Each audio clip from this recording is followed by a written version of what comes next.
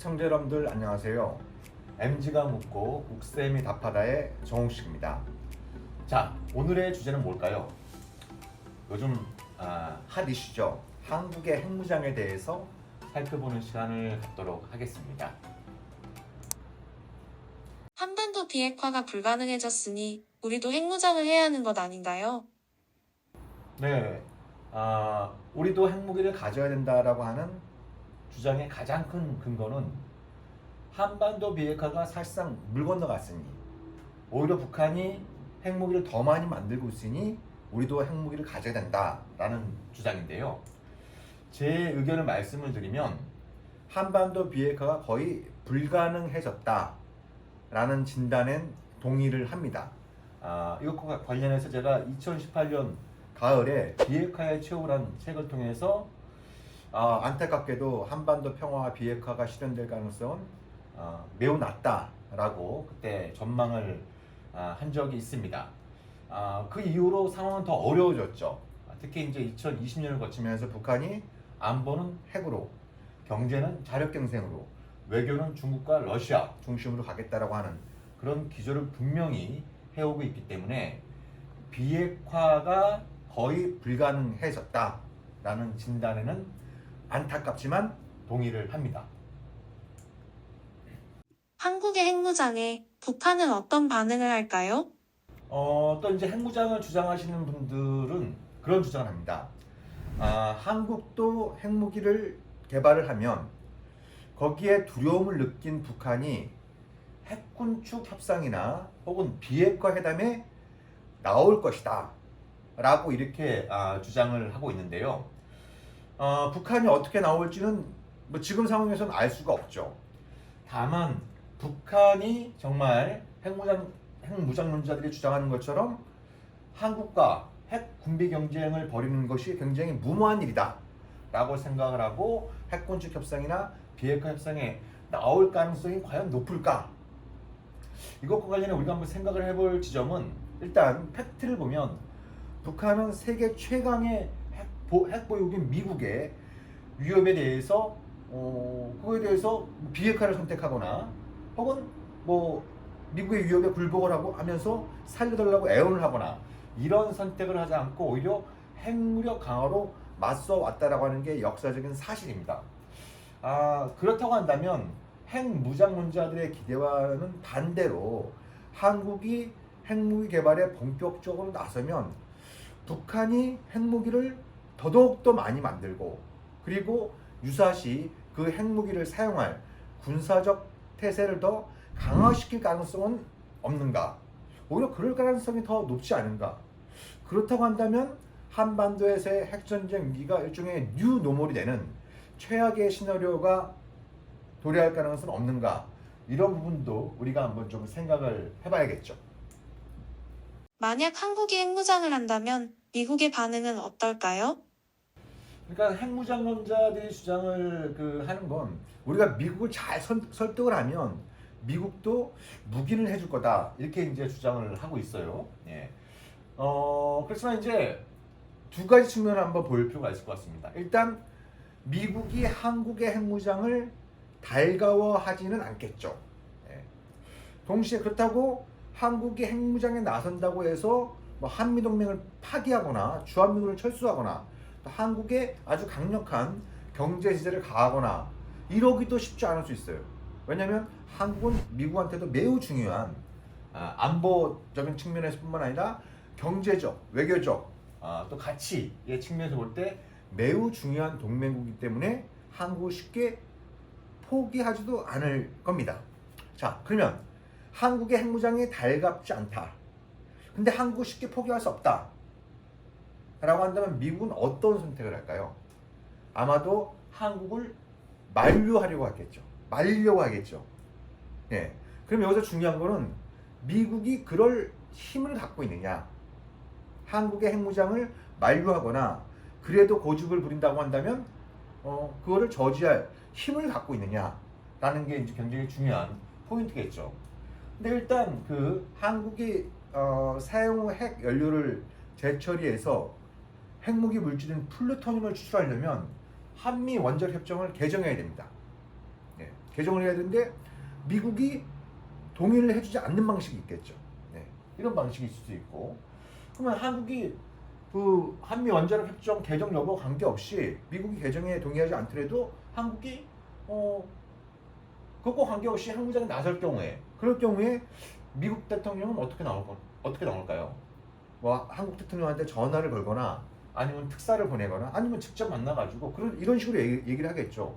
한국이 미국의 안보 공약을 믿지 못해서 핵무기를 만들겠다라고 한다면 한미동맹에도 중대한 문제가 발생할 수밖에 없다. 왜냐하면 동맹의 기초는 신뢰에 있는데 한국이 미국을 믿지 못해서 핵무기를 만든다라고 한다면 이게 한미동맹이 정상적으로 성립하기는 어렵다. 뭐 이런 취지의 얘기를 할 가능성이 높겠죠.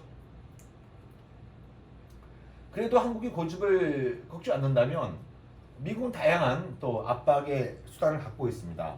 한국을 유엔 안보리의 회부에 압력을 가하는 방식도 있고, 또 한국에는 우라늄 광산이 없잖아요. 그래서 우라늄을 전량 외국에서 수입을 해야 되는데 우라늄 수출 국가들을 회유하고 압박해서 한국한테 우라늄 수출을 못하게 하는 그런 방법도 있을 수 있고, 정 안 되면 그래 그러면 우리 핵무기를 한국 땅에 갖다 놓을게. 그래서 미국 핵무기를 재배치하는 그런 어떤 방식으로 한국을 회유할 수도 있겠죠. 그래서 미국은 한국의 핵무장을 만류하거나 저지할 수 있는 다양한 그런 수단을 갖고 있다는 점도 우리가 좀 유념할 필요가 있다고 생각합니다. 네. 북한이 남한을 침공하면서 미국한테 개입하면 대도시를 날려버리겠다라고 협박하면 미국은 어떻게 나올까요? 네, 이게 뭐 소설과도 같은 질문인데 한국의 핵무장을 주장하는 분들이 가장 많이 거론하고 있는 얘기예요. 그러니까 이제 과거와 달리 이제 북한이 핵무기를 갖고 있고 또 그 핵무기를 미국 본토까지 날릴 수 있는 대륙간 탄도미사일 ICBM을 보유하고 있잖아요. 그죠? 그래서 핵무기 보유론자는 이걸 게임 체인저라고 부르면서 북한이 남한을 공격하거나 특히 남한의 전술 핵무기를 사용하면서 미국을 협박하는 거죠. 너희들이 개입해 오면 너희들이 이 한반도 유사 상황에 개입해 오면 북한은 핵미사일로 미국의 대도시를 날려버리겠다. 만약에 그럴 경우에 미국 대통령이 예를 들면 서울을 구하기 위해 LA나 뉴욕이나 워싱턴 이런 미국의 대도시에 핵폭탄이 떨어져서 수십만, 수백만 명의 목숨을 잃을 수 있는 그런 위험을 감수하겠느냐, 이런 이제 가정하에 핵무장을 주장을 하고 있는데요. 자, 그럼 여러분들은 만약에 여러분이 그 미국 대통령이라면 어떤 선택을 하겠습니까? 북한이 그렇게 협박을 해온다고 한다면, 당신 마음대로 해라 라면서 발을 뺄까요? 아니면 북한을 향해서 만약에 너희들이 미국이나 우리의 동맹국을 향해서 핵무기를 사용하면 너희는 끝장날 거다. 북한 정권은 종말을 피하지 못할 거다. 라고 경고를 보낼까요? 저는 99% 거의 100% 미국은 후자의 선택을 할 거라고 생각을 합니다. 예, 후자의 선택을 할 거라고 생각합니다. 근데 여기서 중요한 부분은 미국의 그런 입장을 북한한테 그런 경고를 할 수는 있겠지만 실제로 그러면 북한이 한국이나 일본을 향해서 핵무기를 사용하면 미국이 핵 보복에 실제로 나설 것이냐, 그거는 모릅니다. 예, 모릅니다. 근데 이런 상황에서 우리가 이런 질문을 또 던져볼 수 있겠죠. 만약 북한이 미국에게 핵보복 위협을 받는다면 북한은 어떤 선택을 할까요?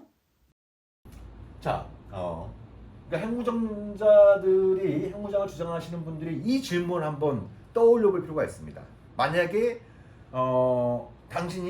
만약에 내가 김정은이라고 한다면, 북한의 지도자라고 한다면 어떤 선택을 할 것인지, 이런 질문을 한번 떠올려 볼 필요가 있습니다. 네. 저는 이것과 관련해서 일종의 러시안 룰렛을 떠올려 보면 된다. 그러니까 비유를 하자면 10발의 총알을 넣을 수 있는 회전식 연발 권총에 9발이 장전된 상태에서 벌이는 러시안 룰렛과 비슷한 일이다. 즉 북한 정권이 미국이 실제로는 말로는 막 이렇게 위협을 하고 경고를 해도 실제로는 핵 보복을 하지 못할 것이라고 하는 일말의 희망, 일말의 기대를 가지고 과연 한국이나 일본을 향해서 핵무기를 사용하는 결심을 할 수 있을까요? 예, 저는 뭐 너무 지나친 과도한 피해망상이다라고 생각을 합니다. 왜냐하면 핵무장을 주장하시는 분들도 동의를 하는 건 뭐냐면 북한이 핵무기를 만든 가장 큰 이유는 살아남기 위해서 만든 거잖아요. 그죠? 예. 근데 살아남기 위해서 만든 핵무기를 쓰는 순간 북한도 괴멸적인 타격을, 괴멸적인 피해를 입을 게 확실한 상황에서 과연 그런 선택을 할 것이냐, 과연 그게 합리적인 가정이냐, 그렇게 가정을 하면서 우리도 핵무기를 가져야 된다라고 하는 이런 주장이 어느 만큼 설득력이 있는지 우리가 좀 생각을 해볼 필요가 있다고 생각을 합니다. 기술적 차원에서만 봤을 때 한국의 핵무장이 가능할까요? 이것도 이제 중요한 부분인데 몇몇 언론이나 전문가를 자처하는 분들께서 한국이 마음만 먹으면 한 1조 원, 2조 원을 들여서 1년 내에 핵무기를 만들 수 있고 또 연탄 찍어내듯이 다량으로 핵무기를 대량 생산할 수 있다 이렇게 이제 주장을 하고 있는데요. 근데 이렇게 간단치 않습니다. 결코 간단치 않다라는 걸 제가 몇 가지 측면을 좀 보여드리면 일단 우리가 그 핵무기를 만들려면 이제 크게 보면 두 가지 경로가 있어요. 하나는 1톤이 넘게 있는 사용 후 핵 연료를 재처리해서 거기서 플루토늄을 추출하는 방식이 있습니다. 이렇게 하려면 우리도 재처리 시설을 지어야 돼요. 재처리 공장을 지어야 되는데 우리는 일단 재처리 시설을 보유해 본 적이 없습니다. 보유해 본 적이 없어서 이걸 지어야 되는데 근데 연간 한 수십 개, 예를 들면 한 50개 안팎의 핵무기를 만들 수 있는 플루토늄을 생산하려면 일본이 짓고 있는 로카쇼무라 재처리 시설의 규모 정도는 돼야 됩니다. 근데 이 로카쇼무라 재처리 시설이 시사하는 바가 커요. 원래 이 시설은 1993년에 착공해서 97년에 완공할 계획이었는데 아직까지 완공이 안 되고 있어요. 아직까지 완공이 안 되고 있고 그리고 처음에 이제 공사비로 건설비로 한 7조 원, 우리나라 돈으로 한 7조 원 정도를 예상을 했는데 지금까지 들어간 돈이 30조 원이 넘습니다. 그리고 그걸 만들 경우에 한 40년 동안 가동하는데 운영비까지 포함을 하면 140조 원 정도가 소요될 것으로 예상이 되고 있어요. 네. 이 재처리 시설 하나 만드는데 근데 우리는 재처리 시설을 만들어서 가동해 본 적이 없습니다. 그런 상황에서 과연 일부 핵무장론자들이 주장하는 것처럼 사용 후 핵연료를 재처리해서 플루토늄 뽑아내는 이렇게 하기 위해서 재처리 시설을 갖다가 이렇게 굉장히 적은 비용을 들여서 단시간 내에 만들어서 대량으로 핵무기를 만들 수 있을까요? 이거 관련해서 로카쇼무라 사례는 시사하는 바가 크다라고 말씀을 드릴 수 있습니다. 그리고 이제 어떤 분들은 또 그렇게 주장을 하십니다. 아니 우라늄을 농축해서 거기서 핵분열 물질을 뽑아내는 방법이 있다. 특히 이제 레이저를 이용을 해서 우라늄을 농축시키는 방식이 있다. 이렇게 이제 주장을 하는데요. 레이저를 쏴가지고 그 우라늄을 농축시킬 수는 있습니다. 그런데 이게 가성비가 굉장히 떨어집니다. 즉, 대개 일반적인 방식은 원심 분리기를 통해서 우라늄을 농축시키고 있는데 왜 이 방식을 취하느냐? 그 이유는 간단합니다. 그게 훨씬 더 가성비가 뛰어나기 때문입니다. 즉, 레이저 농축 방식은 극소량을 추출하는 데는 굉장히 유용한 방법이지만 핵무기를 만들기 위해서 다량의 그 고농축 우라늄을 생산하기에는 굉장히 부적절한 방식이다 라고 이렇게 말씀을 드릴 수가 있습니다. 그리고 이제 또 어떤 분들께서는 핵실험도 필요 없다. 우리가 슈퍼컴퓨터를 이용한 모의 핵실험을 할 경우에는 핵실험도 필요 없다. 이렇게 주장을 하고 있는데 핵무기의 핵심은 뭐겠습니까? 신뢰성입니다. 이 무기를 터뜨리겠다고 할 경우에 그게 터질 것이다라고 상대방한테 확신을 줘야 비로소 핵무기의 가장 중요한 가치인 억제, 디터런스가 이제 작동을 하게 되는 거죠. 예.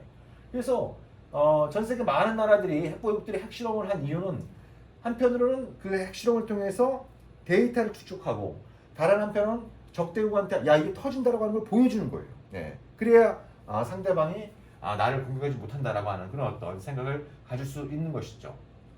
그래서 한국 같은 경우에 이제 핵실험 경험도 전혀 없고 관련 데이터도 전무한 상황에서 과연 신뢰할 만한 현대식 핵무기를 만들 수 있을 것이냐 이런 부분, 특히 핵실험 없는 핵무기가 핵무기의 가장 중요한 어떤 그 가치인 디터런스, 억제를 제대로 발휘할 수 있을 것이냐 이런 부분들에 대해서도 우리가 여러 가지 좀 검토가 필요할 것 같다는 생각이 들고요. 무엇보다도 이제 재처리 시설 같은 경우에는 이 사용 후 연료, 그리고 재처리 결과물인 플루토늄, 그리고 잔여 고준위 폐기물이 이 방사능 물질의 어떤 농도가 굉장히 높습니다. 굉장히 높은 원조는 그 원자력 발전소보다 훨씬 더 높은 이 고준위 폐기물에 해당되기 때문에 이거를 어디에 짓는 것 자체가 굉장히 힘들 거예요. 아마 어디에 짓겠다라고 한다면 그 해당 지역의 주민들, 그죠? 또 해당 지역의 지자체, 지방자치단체, 또 이제 전국적으로 보면 또 국제적으로 보면 여러 이제 그런 환경단체를 비롯한 시민단체 이런데 아주 강력한 저항에 반대에 직면할 가능성이 높기 때문에 부지 선정부터 굉장히 오랜 시간이 걸릴 수밖에 없다. 그래서 뭐 1년 내에 어떤 수십 개, 수백 개의 핵무기를 만들 수 있다라고 하는 것은 여전히 소설 속에서는 가능한 얘기다라고 말씀을 드릴 수가 있겠죠. 네. 결론적으로 저는 한국의 핵무장은 가능하지도 않고 타당하지도 않다라고 생각을 하는데, 비유를 하자면 우리가 그 핵무장을 시도할 경우엔 칼자루를 손에 쥐는 것이 아니라 거꾸로 칼날을 손에 쥐게 되는, 즉 이것이 우리한테 이익이 되는 이런 어떤 방향보다는 우리한테 큰 손해, 피해를 야기할 가능성이 높다라는 생각을 갖고 있습니다. 그럼 대안은 뭔가? 뭐 이런 어떤 질문을 우리가 또 갖게 되는데요. 앞서서 제가 뭐 여러 차례 말씀을 좀 드렸습니다만, 일단 우리가 좀 이 북핵에 대한 과도한 피해 망상을 좀 버릴 필요가 있다. 그게 굉장히 좀 우려되는 건 사실이지만, 뭐 북한이 핵무기를 앞세워서 뭐 한반도 공산화를 시도할 것이다, 뭐 이와 같은 어떤 과도한 피해 망상에서는 좀 벗어날 필요가 있다라는 생각이 들고, 두 번째로 우리가 동맹국 미국의 핵 전략에 대해서 너무 잘 몰라요. 즉 무슨 말씀이냐면, 만약에 한반도 유사시 북한이 핵무기를 사용할 준비를 하거나 실제로 사용할 경우에 미국이 북한에 보복을 못할 것이다 라고 걱정할 것이 아니라, 오히려 미국이 선제적으로 혹은 북한의 핵무기 사용 시 압도적인 어떤 핵 보복에 나설 가능성이 훨씬 더 높다라고 하는 게 미국 핵 전략의 요체에 해당됩니다. 네, 그래서 미국의 핵우산에 대해서 이런저런 얘기들도 많이 했지만, 뭐 이번 기회에 또 미국의 핵 전략에 대해서 우리가 또 공부를 해봐도 도움이 될 거라는 생각이 들고요.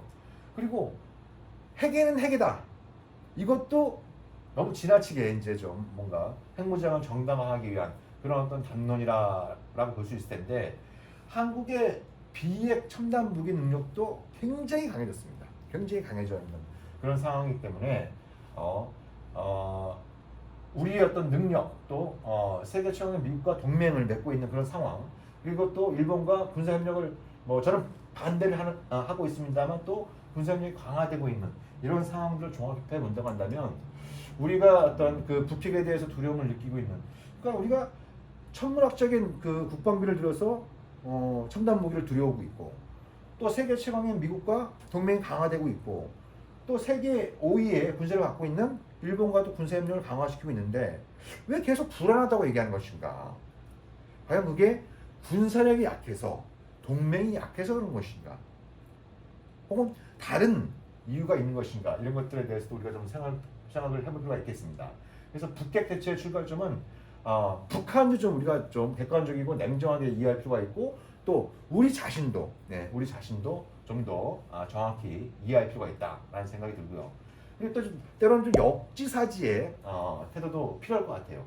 이것과 관련해서 제가 마지막으로 좀 인용을 한 부분은 어떤 그 이제 2010년대 모 언론사가 이렇게 보도를 했습니다. 1950년대부터 오바마 행정부에 이르기까지 미국은 반복적으로 북한에 대해 핵무기 사용을 고려해 왔고 계획해 왔으며 위협해 왔다. 미국의 핵협은 북한에게 핵무기를 개발 보유할 구실을 주고 있다. 북한은 이러한 기본적인 문제가 해결되지 않는 한 핵무기를 포기하지 않을 것이다. 라고 이렇게 이제 보도를 했는데 이 내용을 읽어보면 뭐 북한의 조선중앙통신으로 우리가 생각할 수 있을 텐데 이렇게 보도한 언론은 미국의 AP통신이었습니다. 즉, 이 미국의 AP통신이 이렇게 보도를 한 거는 역지사지의 관점에서 우리가 색안경을 벗고 북한이 왜 핵무기를 만들려고 하지? 자꾸 우리는 북한 내부에서 그 원인을 찾았는데 혹시 외부의 원인, 즉 미국의 어떤 대북 위협이 북한의 핵무기 개발에 중요한 원인이 되고 있는 것은 아닌지 한번 성찰해 보자라는 취지로 미국의 AP통신이 2010년도에 보도한 내용을 소개하면서 오늘 그 MG가 묻고 욱쌤이 답하다의 다섯 번째 순서를 마무리하는 것으로 하겠습니다. 저희가 이제 5번에 걸쳐서 이 코너를 준비를 해왔는데요. 일단 저희가 잠시 쉬었다가 또 새로운 내용을 준비해서 여러분들을 또 찾아뵙도록 하겠습니다. 지금까지 시청해 주셔서 감사드리고요. 알찬 내용 잘 준비해서 또다시 인사드리도록 하겠습니다. 감사합니다.